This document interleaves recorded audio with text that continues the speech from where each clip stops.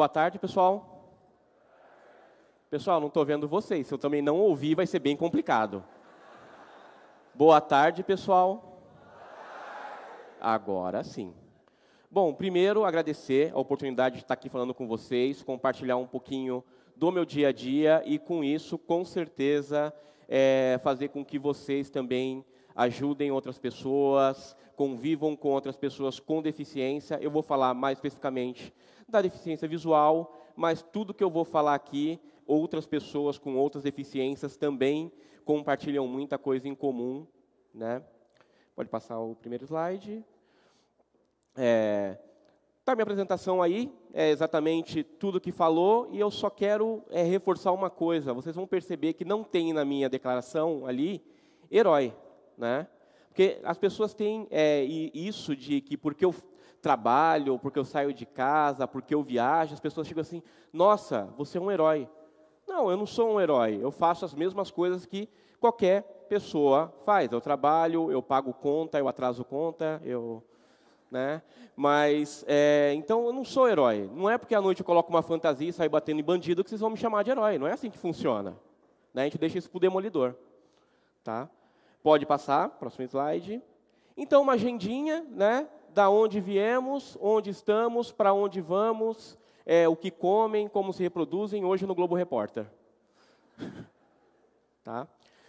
Bom, eu vou falar um pouquinho pode passar o próximo slide, da onde viemos. Eu vou contar bem rapidamente um pouco da minha história, porque tem 5 momentos na minha história de vida que formaram, né, o profissional que eu sou hoje. E tem tudo a ver realmente com a minha deficiência. Bom, eu nasci no dia 15 de agosto de 78. Né? Eu nasci cego, graças a um glaucoma congênito. E aos 20 dias de nascido, eu fiz uma cirurgia que me permitiu ter baixa visão. Só que dentro desses 20 dias, meus pais tiveram que correr muito, passando por vários médicos, correndo atrás dos maiores especialistas do Brasil, porque eles não acreditavam que o primeiro filho deles tinha nascido cego. Né? E todos os especialistas falavam, não há nada a ser feito, ele vai ser cego. Até que com 18 dias eles encontraram um profissional que não só fez a cirurgia com meus 20 dias de nascido, como me acompanhou até os meus 18 anos, quando infelizmente ele teve que se aposentar. Né? As pessoas também ficam velhas. E ele teve que se aposentar, e aí eu troquei de oftalmo e tudo mais, mas foi um cara que, desde o primeiro dia que ele me conheceu, ele falava, pode deixar seu filho aqui comigo, que ele vai ser um campeão. Né?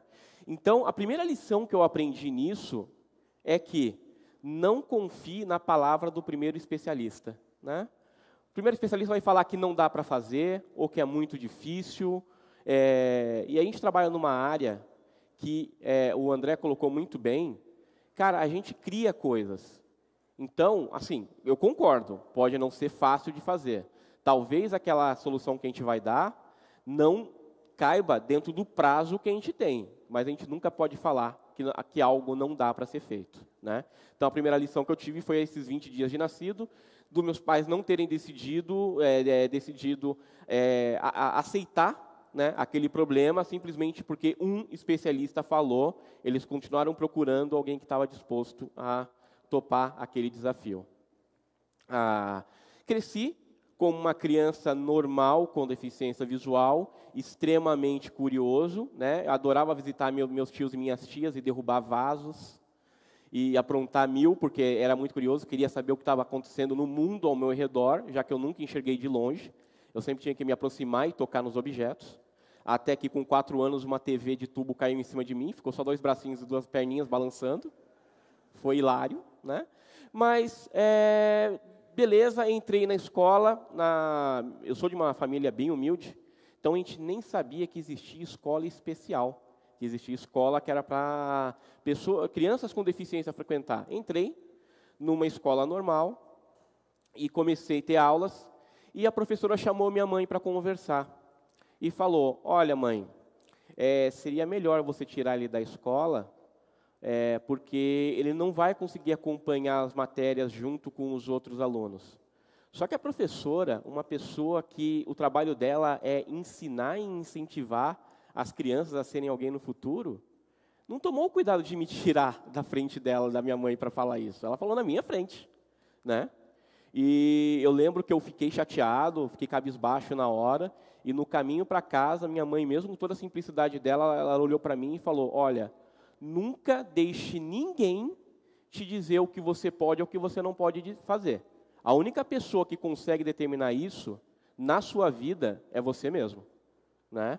Ela não me tirou dessa escola e, infelizmente, eu não consegui achar para colocar nos slides, mas eu queria ter colocado uma foto ali.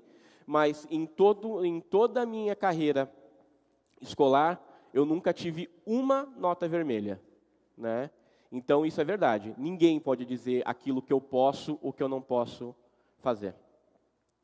A terceira coisa foi que, quando eu estava na 4ª série, foi uma escola de computação oferecer curso lá, né? Aquele famoso, só pague material didático e tal. Só que eles fizeram uma coisa bacana. Como era uma escola pública, eles deram bolsas de estudos para os filhos dos professores. E a minha professora, ela chegou para mim, na época, e disse, olha, eu acho que você vai aproveitar esse curso muito mais do que meu filho. Então, está aqui o voucher, a bolsa é sua. E aí eu cheguei super feliz em casa, falei com minha mãe, a gente foi lá, e eu fiz o meu primeiro curso de programação aos 9 anos, era um curso de logo. Só que eu estava tão apaixonado por aquilo, que eu não conseguia simplesmente ir para a aula e ficar ouvindo o que o professor estava falando. Eu li todos os livros que eles deram e tudo mais, e tomei ali a decisão, né, mais certa da minha vida, né, apesar do André ter feito as piadinhas, mas foi lá que eu decidi que eu ia ser programador. Eu sei, masoquista desde pequeno. Mas eu decidi isso e direcionei toda a minha carreira. Mas, naquele momento, eu vi uma oportunidade e eu abracei. Eu acho que se eu tivesse feito como realmente ela pensou que o filho dela faria, que seria simplesmente ir lá, fazer o curso e ignorar, eu não sei o que ia ser hoje, de verdade. Só que eu não sei fazer muita coisa além de programar. Então, minha vida ia ser bem mais complicada. Mas foi isso que aconteceu. Essa foi a terceira coisa. A quarta coisa que aconteceu na minha vida foi que, em 2008, eu tive uma crise desse meu glaucoma, né? Até então eu era baixa visão. Eu tive uma crise desse meu glaucoma e, em 3 meses, eu fiquei cego, né? Eu saí do enxergar razoavelmente para não enxergar praticamente nada em 3 meses. Hoje eu tenho um resquício de luz, mas que não é funcional. Eu não consigo ver formas, né? A minha vida é um inteiro pintura de Van Gogh. Então, em 3 meses eu fiquei cego. Na época eu trabalhava como consultor. Eu tive que pedir para sair da consultoria que eu estava, para ver se eu conseguia achar algum tratamento, alguma coisa. E quando eu fiquei completamente cego, me bateu um desespero, porque eu falei, tá, e agora, como é que eu vou voltar a fazer as coisas que eu fazia? Nessa época, apareceu a oportunidade de entrar pela lei de cotas numa grande instituição financeira, feita para vocês, e... né? E lá trabalhando foi quando eu comecei a entender um pouco mais de como funcionavam tecnologias assistivas, leitores de tela, né, e me adaptei. Mas nesse ano de 2008, mais exatamente em dezembro, porque mistura um pouco, essa história mistura um pouco também a minha entrada nesse mundo de comunidades, né, eu estava indo para um evento, ainda não sabia andar direito com bengala, então tive a ideia genial de deixar a bengala em casa. Fui pegar o metrô em São Paulo, o trem em que eu estava com o alto-falante quebrado, então eu não estava conseguindo ouvir as estações, os nomes das estações, perdi a conta e, ao invés de descer na Estação Paraíso, eu desci na Estação Ana Rosa. Qual a diferença qual o problema com essas estações? É que essas estações, elas são aquelas estações que a plataforma é central, ou seja, você tem trem vindo dos 2 lados. Bom, eu me perdi, eu me desequilibrei e eu caí no trilho do metrô. O trem parou a 5 metros de mim. Por 15 segundos não teria dado tempo do trem parar. E, gente, é verdade, quando você está prestes a ver a morte, passa filminho na cabeça, passa um monte de coisa. Aquilo de filme não é mentira, é verdade. Tá?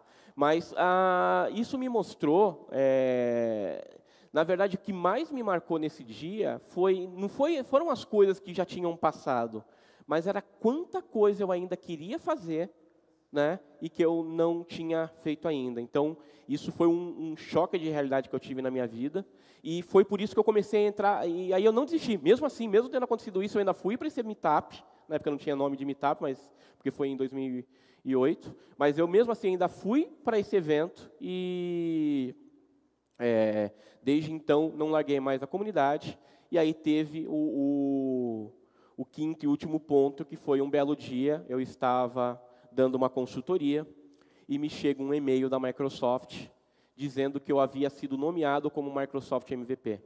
Para quem não conhece esse título, o Microsoft MVP é um título de reconhecimento que a Microsoft dá para pessoas que têm contribuições notórias na comunidade, né, palestrando, escrevendo artigos, ajudando outras pessoas a se desenvolverem na carreira também. E quando chegou esse e-mail para mim, a primeira coisa que me passou pela cabeça foi: caramba, esse pessoal do phishing está ficando abusado, né? Até e-mail da Microsoft os caras estão copiando. Porque eu não acreditava. Era uma galera que eu seguia desde 2008, então, e um belo dia eu sou nomeado com o mesmo título que eles, né? E aí isso me ensinou uma coisa muito importante. Eu parei para refletir o quanto eu melhorei como profissional a partir do momento que eu comecei a andar com outros grandes profissionais, né? Então, se você quer ser um dos melhores, a primeira coisa que você tem que fazer é andar entre eles, né? Ter boas referências. Tem uma frase meio forte que eu ouvi uma vez, que num primeiro momento ela parece ser meio arrogante, mas quando você coloca ela no contexto correto, ela faz todo sentido, que se você é a pessoa mais inteligente da mesa do almoço, você está na mesa errada.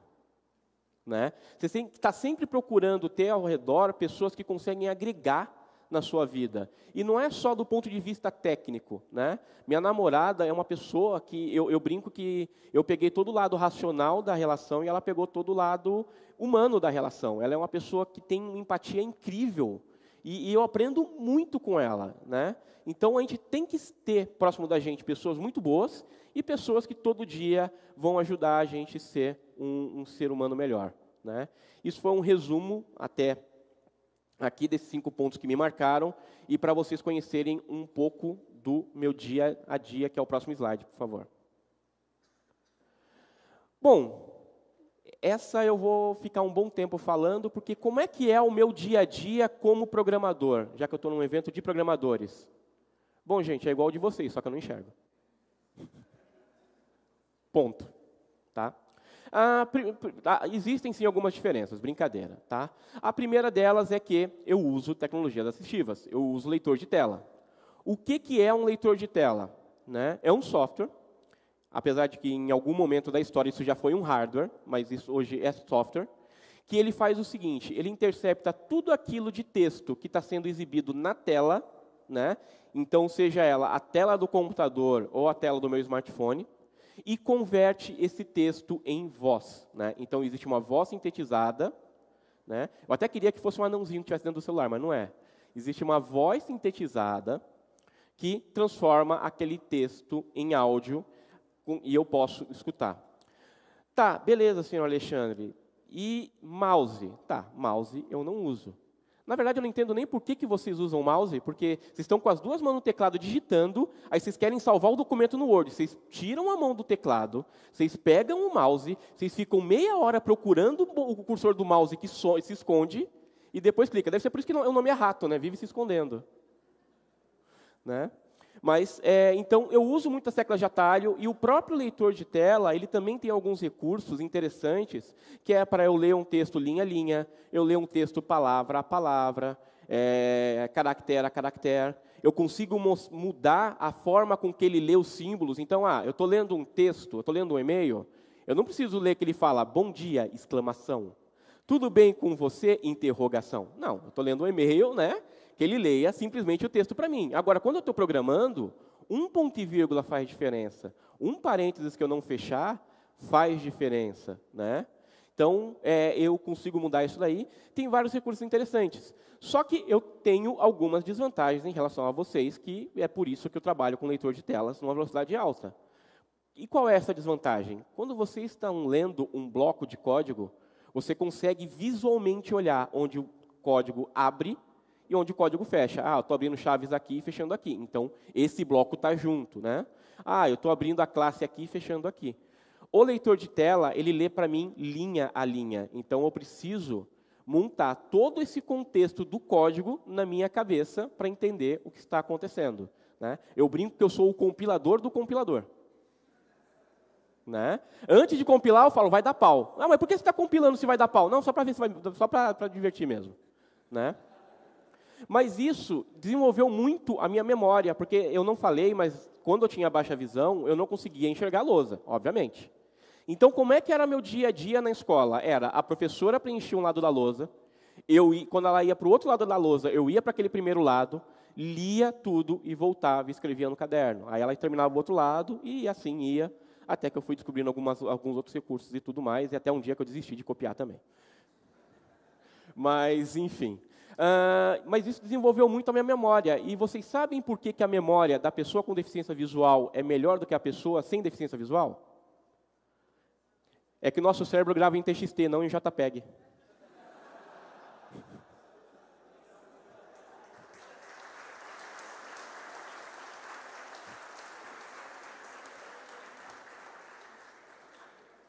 Bom, mas nem tudo é essa maravilha toda. Eu consigo fazer qualquer atividade que outro programador faz? Não. Existem atividades que são muito mais complexas para mim. Uma delas, por exemplo, é fazer telas bonitas. Eu não consigo, não tem como. Né? Na verdade, eu desenvolvo interfaces gráficas, sim. Lá no Arquitouch, todos os desenvolvedores, eles que estão num projeto, eles são responsáveis por desenvolver todo o projeto, pegar o design que o designer fez e está lá no Zeppelin, colocar no aplicativo, testar, validar e tudo mais. Então, quando eu estou desenvolvendo uma interface gráfica, eu coloco um tester do meu lado, né, e falo, e aí, está certo? Ele fala, não, está horrível. Aí eu falo, não, então está certo, é assim que eu faço. Tá, o que está errado? Ele, não, o botão está 2 pixels para o lado. Tá bom, vamos ver se o botão é 2 pixels para cá. Tá, e agora, está certo? Agora está. Mas a cor está errada. Tá, então me pega qual é a cor que eu tenho que colocar aqui. Tá, o hexadecimal da cor é essa. Então, a gente fez uma parceria para que a gente conseguisse trabalhar. E outras iniciativas que seriam complicadas para mim foram sugestões que vieram do próprio time. Por exemplo, Planning. Planning a gente usa uma ferramenta online para fazer. A primeira ferramenta que eles usavam não era muito acessível. Como é que a gente fazia? O pessoal dava a estimativa pela ferramenta online e eu, ao vivo, dava a minha estimativa no final, já que eu não estava colando dos amiguinhos.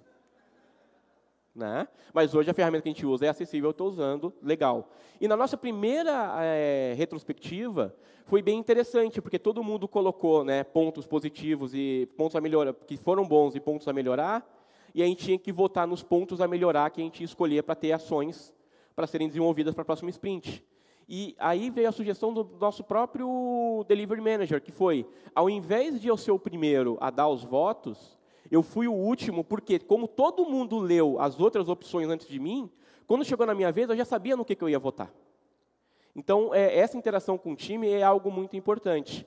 E outra coisa que eu acabo delegando para o time, quando é algo, que inclusive tem até um para fazer hoje, né, quando a gente tem uma base de códigos muito grande e eu preciso fazer, né, o merge, eu preciso juntar esses códigos, e são muitos arquivos, aí eu acabo pedindo para o time. Eu vou lá, subo o meu trabalho lá para o GitHub, que é onde a gente trabalha, e falo para a galera, quem está livre aí, por favor, pode fazer o rebase desse código para mim, porque tá triste aqui o negócio. Então, a gente desenvolveu uma dinâmica de trabalho muito bacana, baseado em dois aspectos muito importantes. Né? O primeiro, a confiança. Então, eles têm total confiança de que eu vou conseguir fazer meu trabalho, e na transparência, de que, quando eu não conseguir, eu vou levantar a mão e vou falar, galera, preciso de ajuda. Hoje eu trabalho com com o Visual Studio, que melhorou muito a acessibilidade nas últimas vezes. Trabalhamos com GitHub, trabalhamos com Jira. Quer dizer, a gente tem um set de ferramentas que realmente está adaptado, que realmente está acessível. Próximo slide, por favor. Bom, para onde vamos? Eu tenho alguns projetos, né, que eu toco, que um deles é um evento que eu realizo, eu fiz em 2016 e 2017. 2015, 2016 e 2017, eu não consegui fazer, infelizmente, em 2018. Mas estou junto com outras pessoas aí participando de algumas iniciativas bacanas, mas eu tenho um trabalho muito forte de inclusão de pessoas com deficiência no mercado de trabalho de TI. Por quê? Porque TI, né, primeiro, é uma área apaixonante, né, e tecnologia, como a gente viu nas duas palestras anteriores, está em tudo, né? E hoje é muito fácil para uma empresa de TI contratar uma pessoa com deficiência, seja qual for essa deficiência, né? Eu quero contratar uma pessoa com deficiência visual, eu só preciso de um computador com leitor de telas, né? Eu quero contratar uma pessoa com deficiência auditiva, dependendo do nível dessa deficiência auditiva, essa pessoa pode fazer leitura labial, ela pode ser oralizada, né?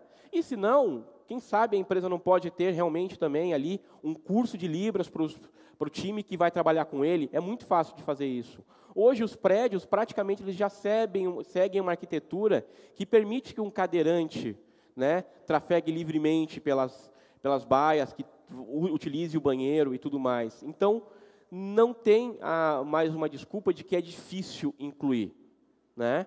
Só que a gente tem um outro problema, né, que aí eu vou fazer um jabá reverso aqui, mas que algumas plataformas como a Alura têm ajudado muito a gente.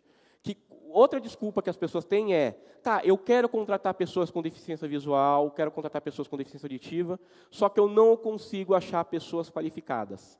Realmente, o ensino no Brasil ele não é preparado, a gente não tem professores preparados, as salas de apoio são horríveis, as faculdades muitas vezes não estão preocupadas em como atender melhor esse aluno, né? Mas a gente hoje tem YouTube, hoje a gente tem Alura, hoje a gente tem outros sites em que a gente pode se especializar. Então, eu tenho certeza que se vocês quiserem contratar qualquer pessoa com deficiência hoje, eu tenho pelo menos 2, 3 indicações para fazer, né?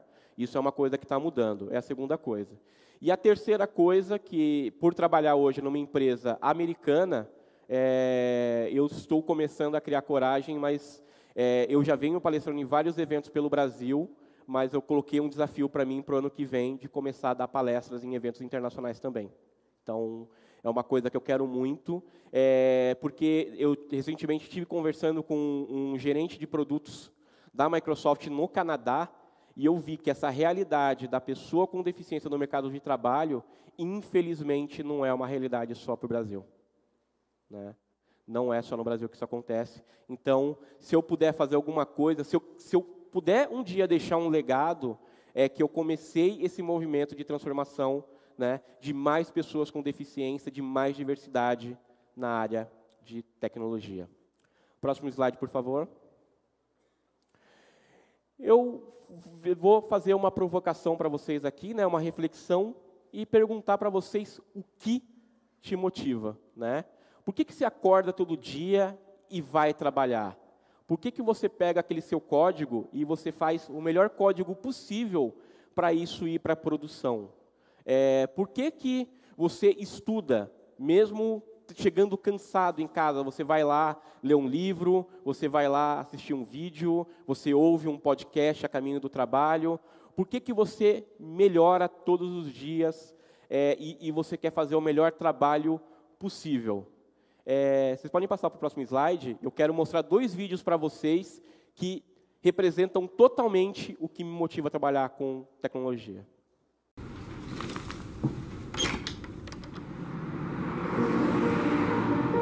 I'm Saqib Sheikh. I lost my sight when I was 7, and shortly after that I went to a school for the blind. And that's where I was introduced to talking computers, and that really opened up a whole new world of opportunities. I joined Microsoft 10 years ago as a software engineer. I love making things which improve people's lives. And one of the things I've always dreamt of since I was at university was this idea of something that could tell you at any moment what's going on around you.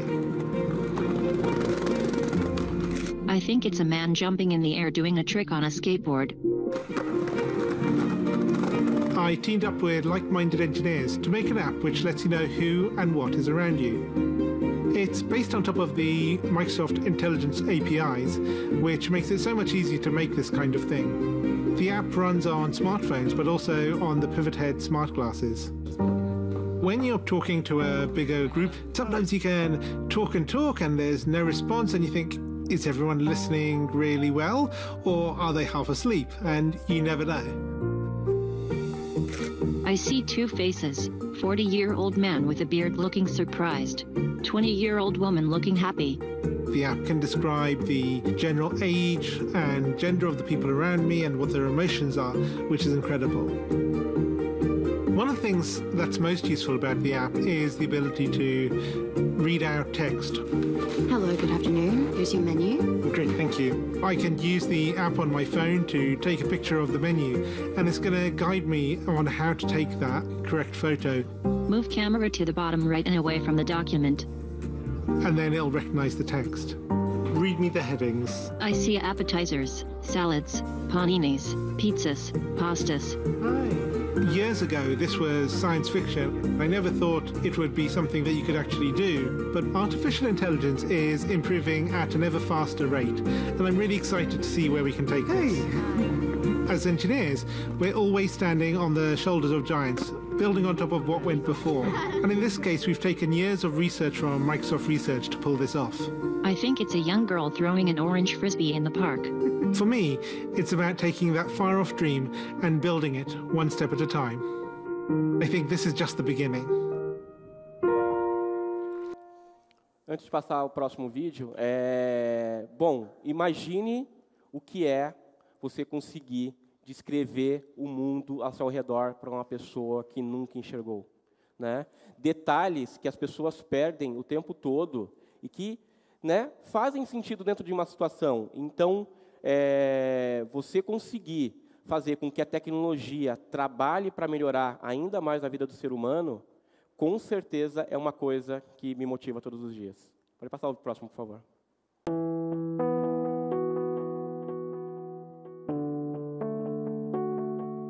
Right, I'm going to try and replicate this here. We're off to a great start.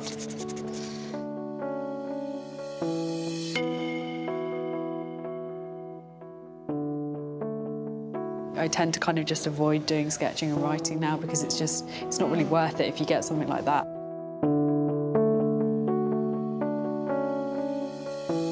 Anything you could do that would just make my hand do what I want it to do and to be able to sign my name would be an incredible thing.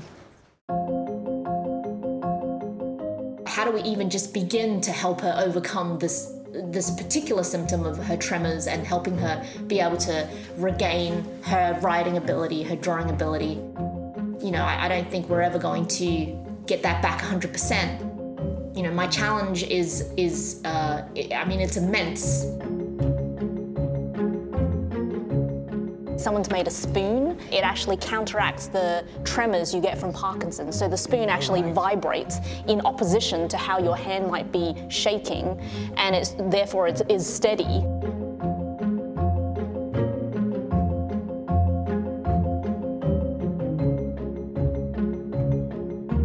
I'm making a very rough prototype. And what this board does is I can connect into it through these wires, these tiny coin cell motors. So these motors will vibrate. Hello. Hi, I'm Alison. It's affecting something. I don't quite know what's happening. Something is going on with it. What this is doing is it's short-circuiting whatever feedback loop there is between the brain and the hand that's causing the tremors. I'm on to something, right? I'm on to something.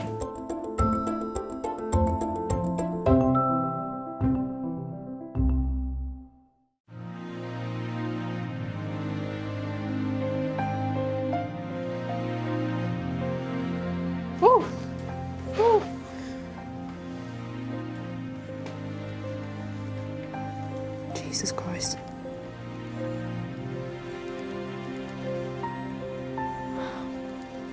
Oh my God.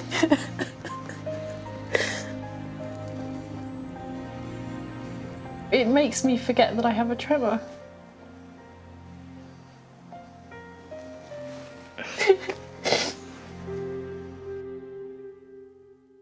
I haven't drawn one of them for a long time. I'm so casual about it. Yeah, I'm just going to draw a straight line.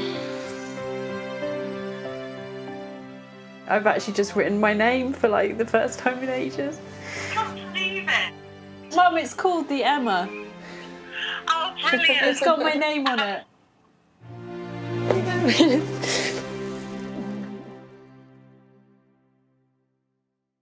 Bom, pessoal, então, se não é esse o nosso trabalho, né, qual é? Então, sejamos mais pontes e não ilhas, e vamos mudar o mundo uma linha de código de cada vez. Obrigado.